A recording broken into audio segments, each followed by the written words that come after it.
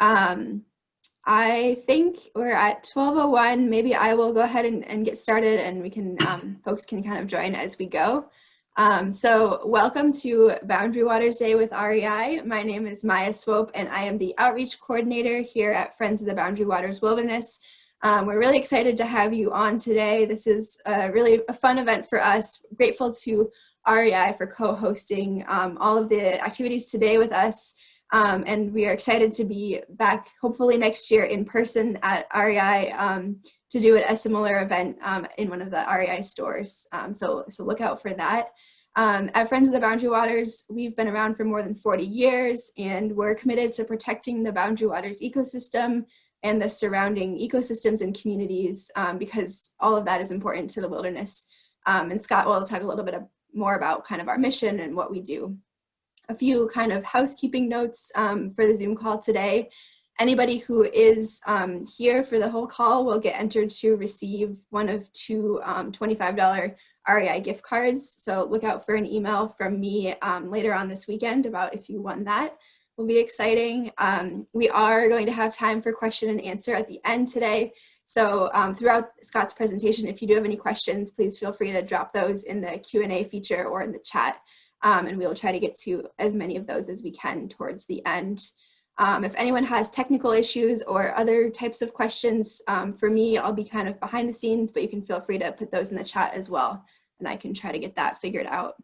I also have turned on the auto captions on Zoom, and if you would like to hide that, there should be a button at the bottom of your screen as well if you don't want to see those, or if they're not on yours, you can turn them on. I think that is all we have. I'll encourage people to check out the next presentation that is coming up at 1 o'clock, which will be about cooking meals in the Boundary Waters with one of our other staff members, Hudson, who was a professional chef for a long time. So that'll be a really good one.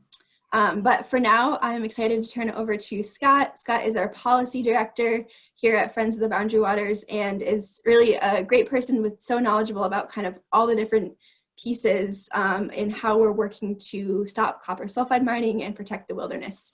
So Scott, I will just turn it over to you.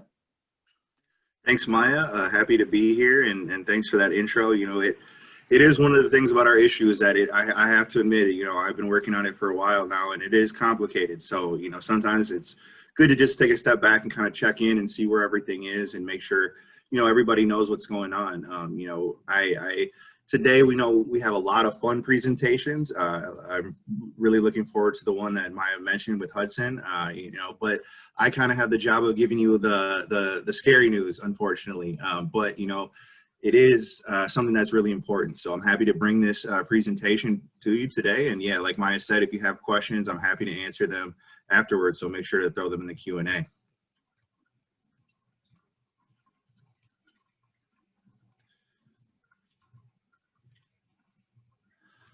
All right. So yeah, happy to be here at Boundary Waters Day. Really looking forward to next year being in person.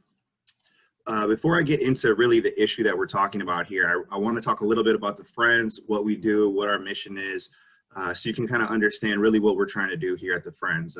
We base our vision on three things, three pillars: wilderness, people, and communities. Now, wilderness, that is obviously, look, if there is no Boundary Waters Wilderness, there's no Friends of the Boundary Waters Wilderness, right? So we want to make sure that this wilderness is not only kept up its wilderness character, but also protected, because unfortunately there are major threats that could mean the end of the wilderness as we know it. And we'll get into that in a little bit, but that's why it's very important for us to make sure that we're always protecting the wilderness. The second part is people. People, you know, we want to protect the wilderness for the animals. We want to make sure that it keeps, you know, the water is clean, but at the end of the day, it's a resource to be used by people, right? You know, we want to make sure that everybody, whether they're, you know, been in Minnesota for 5 years or 50 years, has a chance to go up to the Boundary Waters. And we really believe that clean water heritage is what Minnesota is all about. On the other hand, we know that not everybody grows up with an uncle that they can grab their canoe from and grab a tent and just head up for the weekend, right? Or who has somebody who's going to show you those skills. So sometimes it's about, we want to get in there and make sure that kids have the access and the opportunity and the means. So we provide scholarships through our No Boundaries to the Boundary Waters program for kids to get up, learn how to do the skills that they need, and then actually go take their first trip through a YMCA camp. It's a really awesome program, and we're really proud of it. Last summer would have been the first summer that we were sending kids out. Unfortunately, there was a pandemic, and many things, as we know, had to change. So this summer, hopefully, we'll be sending some kids out in a safe manner, and we're really looking forward to expanding that program going into the future. And the third pillar is community. When we get into the mines topic in a little bit, you'll understand why the economics is a really important part of this debate.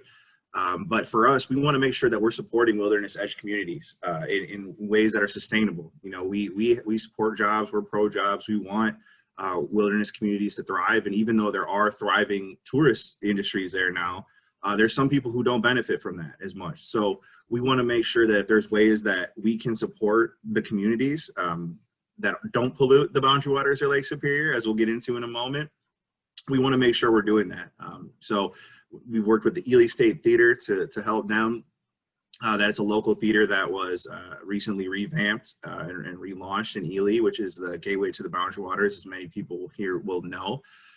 We also are supporting a rural broadband bill at the legislature this year, which would provide additional funding for the rural broadband program. We've seen the benefits of that on the Gunflint Trail already. It doesn't affect the wilderness character, but it allows people to get that access to high-speed internet and, move up to those areas and work remotely. As many of us, I'm coming to you live from my living room right now. So, as many of us know, the world is changing, right? And so the more accessibility we can provide in those communities, the more economic development there can be in ways that don't threaten pollution. And I don't know if this slide, if I need this one quite as much. I think everyone here, if you're at Boundary Waters Day, you're probably familiar, but just in case you're not, the Boundary Waters is a federal protected wilderness area. It's 1.1 million acres. It's obviously northeastern Minnesota. We kind of say the western gateway is Ely, and the eastern gateway is Grand Marais, which is along the North Shore as well, which is very important, as we'll get into here. So let's get into to why we're here today. The not as fun as route planning, but also very important is sulfide or copper mining. It's very dangerous threat to Minnesota's clean water, and it's a new threat. It's something that we haven't had to really deal with before these fights, and it's something that really presents a serious threat to the Boundary Waters. So what are we talking about? Specifically, we're talking about two mines that are both copper sulfide mines, same type of mine. One is Twin Metals, which is directly outside the Boundary Waters. This is on federal land, and it would, without question, threaten to pollute the Boundary Waters beyond repair if it were to be operational. Polymet is just a bit south. It's right on the watershed divide of Lake Superior and the Boundary Waters watersheds.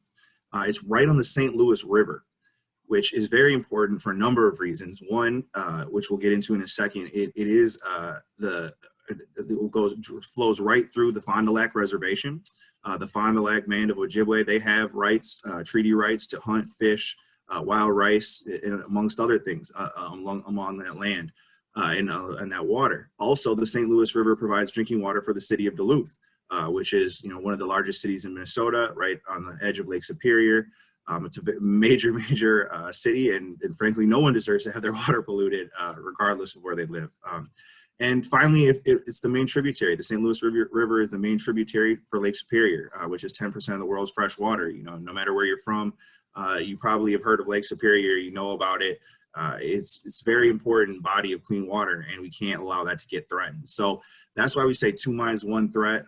Both of these mines are very threatening to Minnesota's clean water. So what are we talking about? Well, you can see right here, the path of pollution. Maya's added this helpful arrow. You can see, down south further, that was what we saw before down to Lake Superior. But I really want to highlight this area on the Twin Metals where you can see, this is right along the Quishawee River. It's right along Birch Lake, which literally flows directly into the Boundary Waters. Sometimes people will say, well, why are they so upset? There's no mines proposed in the Boundary Waters. This will be fine. But As we know, water doesn't listen to drawn lines on a map. Water is going to flow where water is going to flow, and we have to adjust to that. And it's not the other way around, unfortunately. So it's very, very dangerous because this type of mining is extremely polluting. You know, we can see here, Polymet. Polymet is the one, like I mentioned, this is the Lake Superior mine. The reason I'm showing you this picture of this site is because sometimes people will try to say, well, Twin Metals is not okay because it's near the boundary waters, but Polymet is okay because it's in an industrial location. It's an industrial zone. You can see here that is not the case. Obviously, this is some beautiful nature that should not be disturbed by the most polluting industry in America, as we'll get into. So it's really, really important to see exactly what we're talking about here. And as I mentioned, the Fond du Lac Reservation, you know, this is one of the main problems with Polymet mine.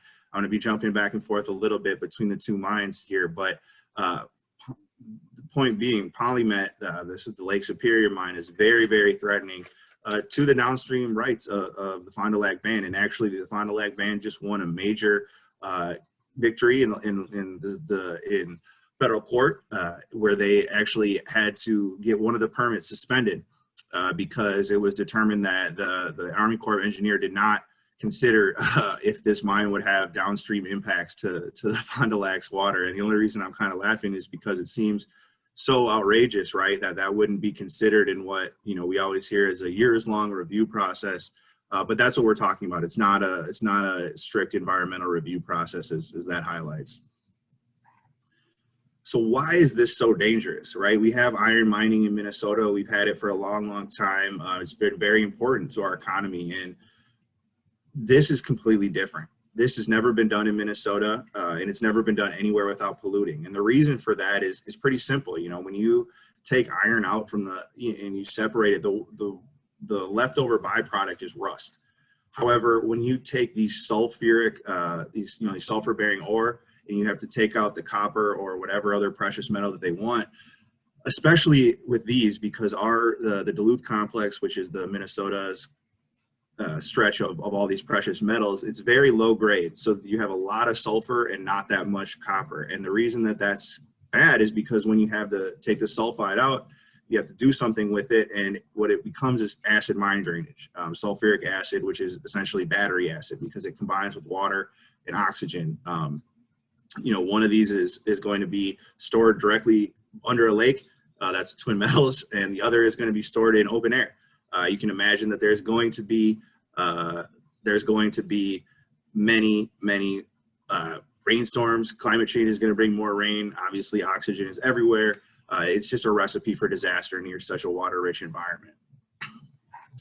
And as I mentioned earlier, this is something that makes it even worse. You know, even if it was high-grade copper, it would still be dangerous. But this is low-grade copper, meaning that, you know, you can have as much as 99% waste and 1% ore in, you know, copper. So it's creating so much waste just to get such little small amounts of the precious metal. Now, there are sometimes one of the problems that we have when we talk about these projects is there's so many problems, right?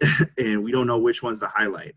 But this is one we're pretty sure that people need to know about. This is something called an upstream Tailing Dam. And this is important to know because this is a type of dam that has been used for mines, and it was used in Brumadinho, Brazil, which unfortunately there was a major tragedy there in 2019 where over 250 people were killed after one of these dams collapsed. The reason this is really important for us to know is twofold. One, afterwards, Brazil and many other countries banned this type of dam. They said it's too dangerous, it's too unstable. However, Minnesota approved this dam for Polymet. Polymet at one point was fully permitted for their mine. However, we have now ourselves amongst with other environmental groups, and like I mentioned, the Fond du Lac Band, they've now had 4 permits overturned, and one of them was because of this reason right here, because they approved a similar dam to this, which is very scary to think about. You know, this type of dam right upstream from Lake Superior holding all this acid waste back. Now here's a video of that dam collapse, and I know that it's a little bit scary. It's very scary, in fact, but it's very important to see exactly what we're talking about here.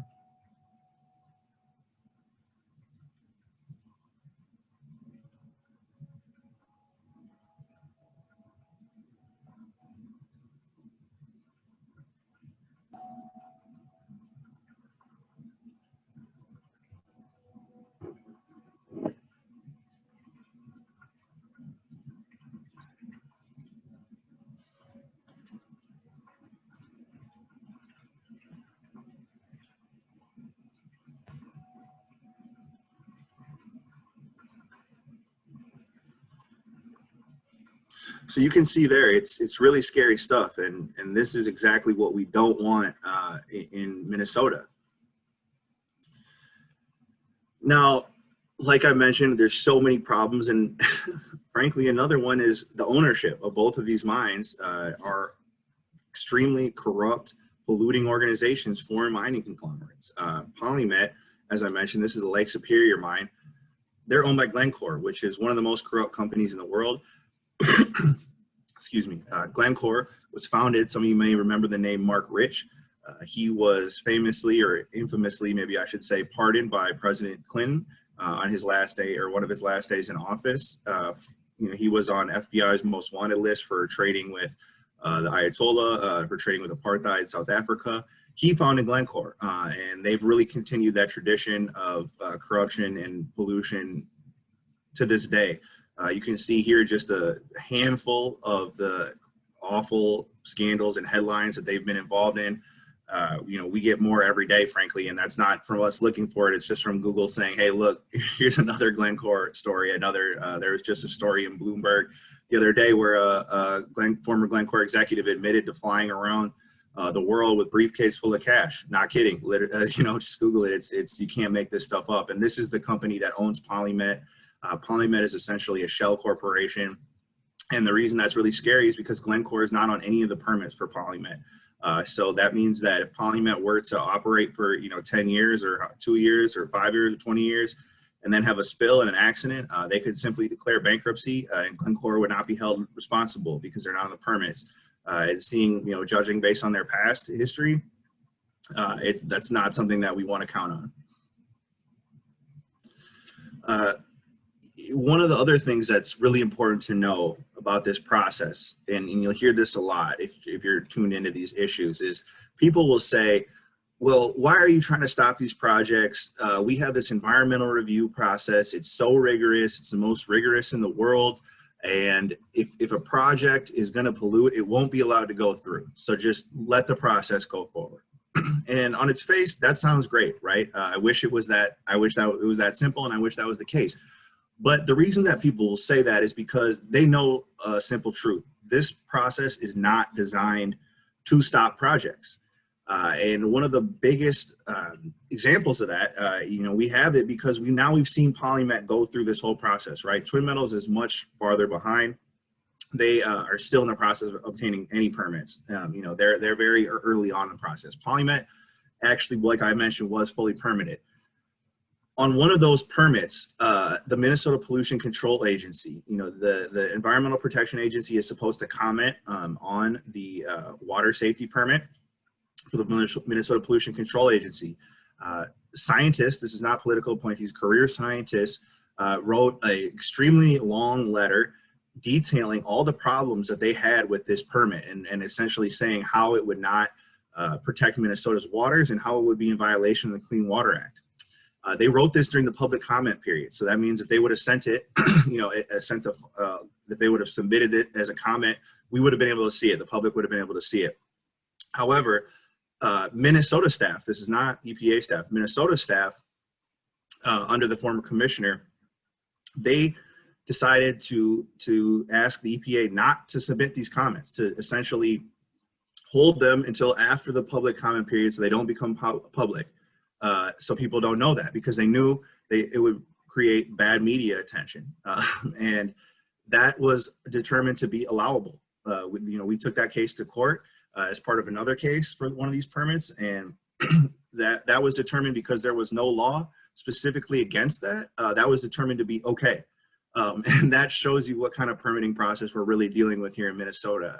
You know, I won't get into too many more details. If you want to know more, you know, I can give you all the horror stories about this permitting process, but that is just, you know, to me, one of the most glaring examples of, okay, so our agency that's literally supposed to be protecting us from pollution hid comments from scientists, and that was okay. You know, because we don't have a specific law against it. So it's very scary stuff that we're dealing with here, and we don't have the regulatory structure to protect us from, because this structure was built for iron mining, which is completely different, as I mentioned. So that's all the scary stuff, and I know that's a lot, but let's talk about what we're doing, because we're very confident that neither of these mines will ever be built. This industry will never put a shovel in the ground in Minnesota, not in our water-rich environment. It's just too dangerous. And so what are we doing? Well, first and foremost, we're, like I mentioned, we're involved in a number of lawsuits against both mines, and against the Twin Metals Boundary Waters mine. We're involved in federal lawsuits against them, you know, that we're challenging their authority to really even have their leases, and I can get into more of the details around that. But essentially what happened was the Obama administration determined that this mine was too dangerous for this area. That decision was reversed by the Trump administration, and we sued. Fortunately, we just received some good news about 2 weeks ago that actually the Biden administration has now paused our litigation against them, because they want to review it for themselves. So we're hopeful. We don't know that's going to come of that, but we hope that, you know, they will reinstate a study into the effects of this mine, and, you know, agree with the Obama administration that it was too dangerous for this area. In Polymet, as I mentioned, we're involved in a number of lawsuits. There was just a major win, like I mentioned, where Polymet's federal wetlands permit was suspended. As I mentioned, we've also overturned 3 other permits along with our partners at Minnesota Center for Environmental Advocacy, Water Legacy, and the Fond du Lac Band. We are actually waiting right now for a ruling from the Supreme Court. We've been very successful. Our lawyers have been very successful, and we're hoping that we won in the Court of Appeals. So we're hoping that the Supreme Court will agree, and they'll give us a contested case hearing, which essentially means we can, you know, all these facts that I've been talking about today, what's up with the Polymet dam design, will it pollute, all these kind of things, we would be able to go before an impartial judge and argue our case. You know, we believe that should have been granted originally, which is, we believe that's part of the process.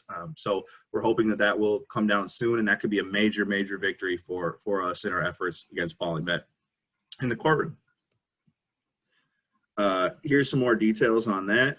You can see, you know, it's really complicated, like I mentioned. So feel free to follow up if you want more info on the court cases. But essentially, the most important thing to know is that as of right now, Polymet could not begin operations, even if they wanted to. And we're very hopeful that we'll continue to win court victories against this flawed permit.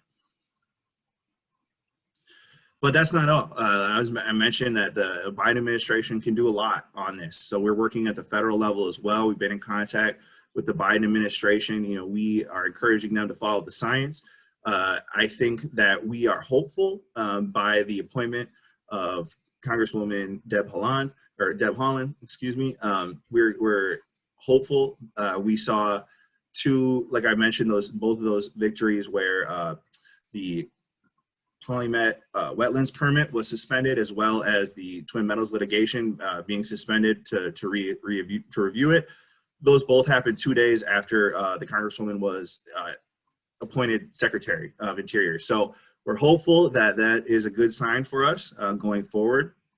You know, Secretary Vilsack as well has written a public op-ed in the past expressing his concern about the Twin Metals mine and, you know, the need to protect the boundary waters. So we're hopeful that they'll really follow sciences, you know, and additionally, we're very fortunate here in Minnesota. And, you know, as I mentioned, I am a St. Paul guy, so I got to give a shout out to Congresswoman Betty McCollum, has been a true champion on this issue.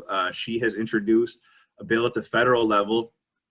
You can see here, HR 5598, that would protect the boundary waters. It would essentially prevent any copper mining leases from being issued in the Boundary Waters watershed on federal land, which we strongly support. As we've mentioned, it's just too sensitive of an area. It could not survive this, and we really support this legislation. So we're thankful for the Congresswoman for introducing it. And the next side now is to really put pressure on the senators, Senator Klobuchar and Senator Smith, to support this legislation to introduce a companion bill in the Senate. But we don't want to rest on our laurels. So what we want to do is really keep pushing this issue forward. We don't want Polymet to get forgotten in the works of the federal administration. So we're working at the Minnesota State Legislature level to push something called the Prove It First bill. Now, some of you may have heard of this, or some of you may have lived in Wisconsin. This was actually modeled off a law in Wisconsin that was in place for 20 years, from 97 to 2017. And during that time, no copper mine was permitted in Wisconsin. And what it said was, if you want to get a permit to do this kind of mining, you must first show us an example of a mine that operated for 10 years without polluting and was closed for 10 years without polluting. And that has to be judged by independent scientific review. And if you can't show us that, why would we allow ourselves to become the guinea pigs? We think that was a great approach, and now we're pushing that here. We're fortunate to say that as of today, there are actually 60 state legislators publicly supporting this bill. It has been extremely successful in moving forward. This issue has been something that is tough to work on in Minnesota because there are a lot of money coming in from the other side. These mining companies can put a lot of money into it. So we're really had a lot of success in breaking through, but we're not done. We have a lot of work left to do, and we're going to keep pushing forward with our Prove It First bill into the next year. And we really hope to see this become law in Minnesota because it really is just a common sense layer of regulation. So what can you do? Take action. There's a lot you can do. Maya will follow up. Maya's done an awesome job of putting together some easy forms that you can really ask your legislator to support Prove It First or thank your legislator. That's really important too. Like I mentioned, they're getting a lot of crap at the Capitol for supporting this, and they know it's right. They're the ones that do, but it's always nice to thank them. But Governor Walz, we really need him. We need him. He's been essentially silent on these issues, and we need him to support Prove It First. We believe he should. If he says that he wants to follow science, which we'll take him at his word, and if that's the case, then he should support Prove It First. It's simply adding a layer of scientific proof. It's putting the burden of proof back on the mining companies where it should be, and so that's really important. And probably the best thing you can do to help us out, because there's always going to be new opportunities. Like I mentioned, there's so much different things happening. There's a million different things. We might need you to come to a court case. Obviously, post-pandemic world. We might need you to write a letter to the editor. It might be share this article. We can't really say what it is because things are changing so fast, but we need people to join our Citizen Action Network. Maya, again, is our leader. She has done an awesome job putting together a group of people who want to take action. You don't have to take action every time she emails you, but it's really just a great way to stay involved and hear about the different things that are happening and different victories that we've had, but also, helping out, because at the end of the day, we're up against some seriously well-funded opponents. Glencore, which is the parent company of Polymet, and Antofagasta, which is the parent company of Twin Metals. They're two of the largest corporations in the world. We'll never be able to match that level of funding, but what we don't have to, because fortunately we have facts, we have truth, we have the people on our side. And if we all come together and we all take action, we can overcome this. And like I said, these mines will never be built. So the first part of that, hopefully, is joining the Citizen Action Network and getting involved and getting plugged in and sharing the word with your friends and family. So we do, like I mentioned, we have a lot, much more upbeat, happy presentation, like I'm looking forward to with Hudson. It's gonna be awesome. And so I encourage everybody to stay tuned, tune in later, and I'm happy to answer any questions that we have right now. Great. And in a minute here, I'll put the link to register for that presentation in this chat. That'll be starting in half an hour here. Somebody is asking in the Q&A, was the information that was withheld by the MPCA ever released to the public?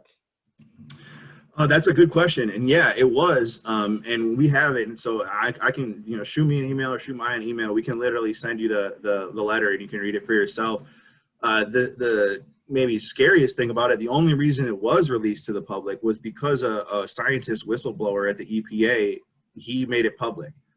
He actually leaked it because he said, in my entire career, I've never seen anything like this, and I think it's wrong. And so he did leak it.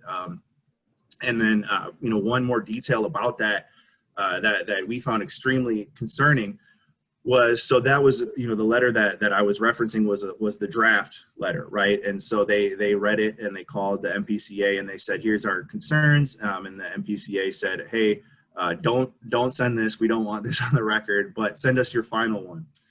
This guy was so concerned that 6 months later, right before he submitted again. He said, I've seen this is now the final permit. I still think there's a number of problems here. Let me send them all. He sent that letter. 2 days later, the final permit was issued. So that they did not consider what his comments were and make thoughtful changes in those 2 days. So that's just another red flag with this process. Mm-hmm. There's so many red flags. It's hard to explain. Actually, and what I'll say is that if you want more information on that, we have tons more. Pete, our communications director, he wrote an awesome blog that really explains it. So we can help you find all those resources if you really want to get into exactly what happened with all that MPCA stuff. Totally. And just to make sure that I can get that out to the people that are wondering, I did put my email in the chat just a minute ago. So just send me an email with kind of what sort of information you want to hear more about. And that would probably be the most efficient way to learn about that. I see that Randy in the Q&A has asked about the Ladysmith mine in Wisconsin and whether or not that meets the prove it first criteria. And Scott, maybe you could talk a little bit about if there are any mines that do and kind of how we're researching that. No, I'd be happy to, and that's a great question. So the answer is no, it would not. In fact, we're talking about the Flambeau mine here, which is a mine that is often referenced, right, in these conversations. And I think it's interesting because at one point our opponents will say, well, we can't have this law. It totally bans all mining. But then on the other side, they'll say, well, we have these safe mines that are totally safe, so don't worry about it. Because in theory, if there was a safe mine, they should have nothing to worry about. And that's what Prove It First is all about. There's a number of reasons why that would not meet the criteria. First and foremost, it polluted. It was a much smaller mine than these proposed mines are. It didn't pollute on the massive, scale that we've seen, like in Mount Poly in Canada or in Brumadinho.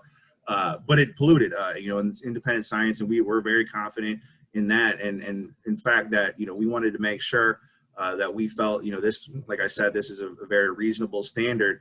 But we actually commissioned Dr. Stephen Emmerman. He's working on an analysis of all the so-called clean mines right now. And, I don't want to spoil it, but I think you can feel pretty confident that there are no such thing as a clean copper sulfide mine. Unfortunately, it's just an inherently polluting process. And any technology that would allow it to be clean is yet to be invented. And, I'm not saying it's completely impossible that could happen, but I am saying that Minnesota and this water-rich environment should not be the guinea pig for that so-called technology, especially when this industry has seen such a terrible history of failures in the past. And in fact, the only other thing I'll add to that is that, we can analyze the Twin Metals mine plan and the Polymet mine plan. We have them both. Neither of them are brand new groundbreaking technology. They've both been tried, they both failed. So, it's very disingenuous when we hear people say, well, we're going to do it magically safe somehow here.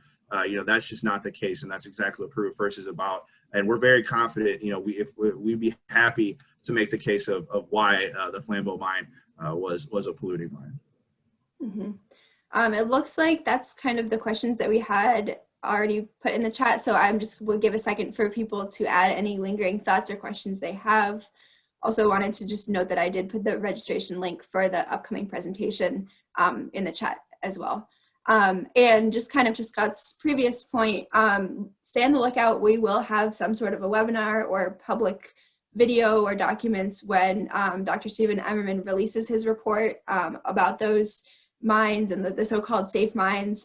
So we will kind of have some more public opportunities to learn about that whenever the report is published.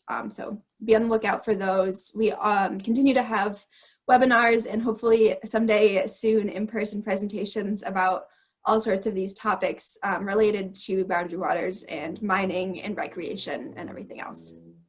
You know, and I'll just piggyback on that. It's a great point. And it's another reason, just make sure you're signed up with our mailing list or you're on the citizen action list, because, you know, for instance, I mentioned if the Biden administration does make a decision, you know, you can be sure that we'll have a webinar about that to really, with our lawyers, to break it down, and you can really learn everything about what happened, what it means.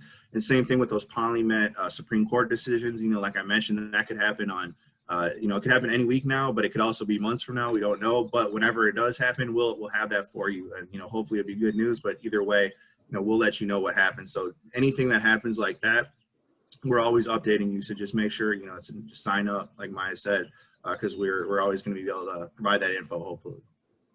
Yeah, totally. I see another question from Daniel here in the Q&A. What kind of timeline in a worst case scenario are we looking at for the possibility of mines actually being established? That's a great question. You know, I'll indulge it for a second. You know, we don't like to think too much about the worst case scenario because we're pretty confident, but I have to understand that you got to be prepared for the worst as well. So, you know, worst case scenario, Polymet, like I mentioned, is much farther along. You know, if you would have asked me this question 2 summers ago, they could have actually broke ground. You know, that's another reason why this mine is, you know, really questionable if it would be financially profitable. And that's why they didn't operate when they had the opportunity. So, but like I said, there's 4 permits struck down right now. So if they were to start operating, they would need to win all those cases, which I would say it really depends. You know, worst case scenario, that means we lose all our challenges. That probably takes about another 6 months to a year. So theoretically, worst case scenario, they could be maybe ready to break ground, you know, the fall in 2022. In the worst case scenario, you know, on a better case scenario, which I think is likely, hopefully we'll be able to get this contested case hearing on Polymet, which will really allow us to get down to the facts of the matter, which will hopefully add another year at least to the process where we, you know, that's just how long it takes. So that'll bring it along more.